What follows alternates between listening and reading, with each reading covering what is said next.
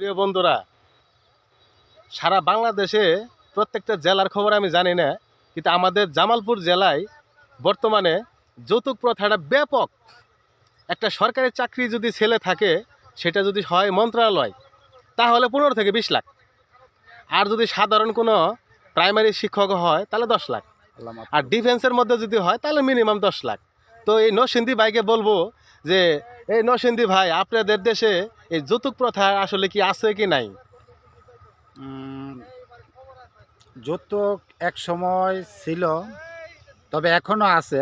এখনও থাকার মানে কি, এত বেশি একটা না। যেরকম মনে করেন যে যদি ছেলে গরিব হয়, মেয়ের দিক দিয়ে অর্থ ভালো আছে, তাহলে তারা যদি খুশি 50,000 বা 1 লাখ টাকা ওরা দিলাম, জামাই কিছু করব বা জামাই চলার মতো একটা রাস্তা করে দিলাম। আর না হলে তারা বিদেশ নিয়ে দেওয়ার একটা শপথ নিব যে আর আমরা বিদেশের ব্যবস্থা করে দিব।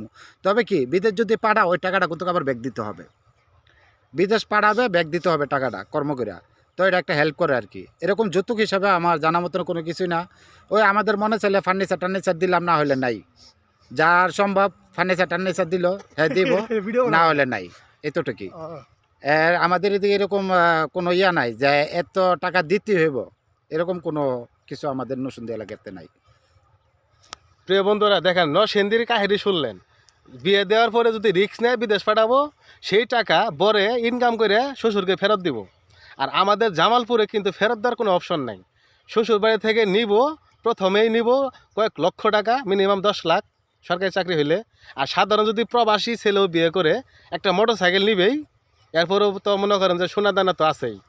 তো আসলে এইগুলা প্রথা সারা বাংলাদেশে কোন কোন জেলায় এই যৌতুক প্রথা আমাদের জামালপুরের মতো আছে, একটু জানাবেন কমেন্ট করে।